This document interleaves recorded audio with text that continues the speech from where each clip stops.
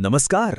चला आज ऐकूया एक अशी गोष्ट जी आपल्या सगळ्यांनाच माहिती आहे, पण त्यातून मिळणारा धडा आजही तितकाच महत्वाचा आहे. ही गोष्ट आहे मैत्री, विश्वासघात आणि सगळ्यात महत्वाचं म्हणजे वेळेवर वापरलेल्या बुद्धीची. ही कहाणी आहे एका माकडाची आणि एका मगरीची. विचार करा, एक नदीचा शांत किनारा आहे आणि तिथे एक घट्ट मैत्री आहे. पण काय होईल जेव्हा त्याच मैत्रीची एक अशी परीक्षा घेतली जाईल जी तिचं भविष्य ठरवेल? ही गोष्ट बरोबर त्याच वळणावर सुरू होते. चला तर मग बघूया कशी सुरू झाली ही आगळीवेगळी मैत्रीची गोष्ट.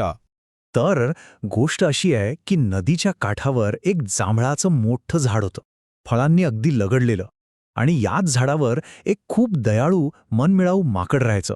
त्याचं तर जगच ते झाड होतं. आता त्याच नदीत एक मगरही राहायची. एके दिवशी ती झाडाखाली आरामासाठी आली.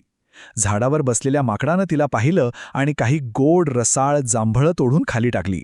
आणि बस इथूनच त्यांच्या दोस्तीची सुरुवात झाली. म्हणजे बघा त्यांची मैत्री किती वेगळी होती. एक झाडावर राहणारा तर दुसरा पाण्यात. पण तरीही रोज गप्पा मारून आणि त्या गोड जांभळांमुळे ते लवकरच एकमेकांचे पक्के दोस्त बनले. पण तुम्हाला माहिती आहे, प्रत्येक कहाणीत एक ट्विस्ट असतोच. आणि या गोष्टी तो ट्विस्ट आला मगरीच्या बायकोच्या एका विचित्र मागणीमुळे. आता झालं असं की एके दिवशी माकडाने विचार केला की आपण आपल्या मित्राच्या बायकोसाठी सुद्धा काही फळं पाठवूया. आणि त्याने तसं केलं सुद्धा. बिचाऱ्याला काय माहीत होतं की हाच चांगुलपणा त्याच्या जीवावर बेपणारे. मगरीच्या बायकोने ती फळं खाल्ली आणि तिला ती भन्नाट आवडली. पण फळांच्या गोडव्यासोबतच तिच्या मनात त्यांच्या घट्ट मैत्रीबद्दल मत्सराचं विष कालवलं गेलं. तिला त्यांच्या मैत्रीचा हेवा वाटू लागला. आणि त्या असूयेपोटी तिने आपल्या नवऱ्याकडे म्हणजे मगरीकडे एक अशी मागणी केली की ऐकून कोणालाही धक्का बसेल. ती म्हणाली, अहो, जर ही जांभळं इतकी गोड आहेत तर विचार करा, रोज ही फळं खाणाऱ्या त्या माकडाचं काळीज किती गोड असेल. काहीही करा, मला त्या माकडाचं काळीज खायला हवंय. आता बिचारी मगर पुरती अडकली. एका बाजूला होता तिचा जिवलग मित्र आणि दुसऱ्या बाजूला होती तिच्या बायकोची हट्टी मागणी. काय करावं? मैत्री जपावी की पत्नी धर्म? खूप मोठा प्रश्न होता हा. आणि शेवटी दुर्दैवाने मगरीने निवड केली आपल्या बायकोची आणि आपल्याच जिवलग मित्राला धोका द्यायचा एक प्लॅन बनवला. दुसऱ्या दिवशी मगर माकडाकडे गेली आणि एकदम प्रेमाने म्हणाली, मित्रा, माझ्या बायकोला तुला भेटायचं आहे. तिने आज तुला जेवायला बोलावलंय आमच्या घरी. अर्थात या गोड बोलण्यामागे एक भयंकर डाव लपलेला होता. बिचारा ते भोळं माकड. मित्रावर तर त्याचा पूर्ण विश्वास होता. त्याला पोहता येत नसतानाही तो कसलाही विचार न करता आनंदाने मगरीच्या पाठीवर बसला आणि तो निघाला अशा प्रवासाला जो त्याचा शेवटचा प्रवास ठरूच शकला असता.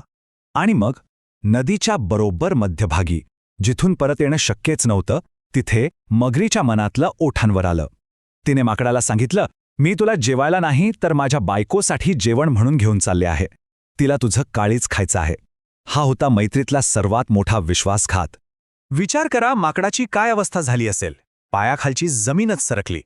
पण इथेच तर खरी गंमत आहे. अशा परिस्थितीतही तो घाबरला नाही.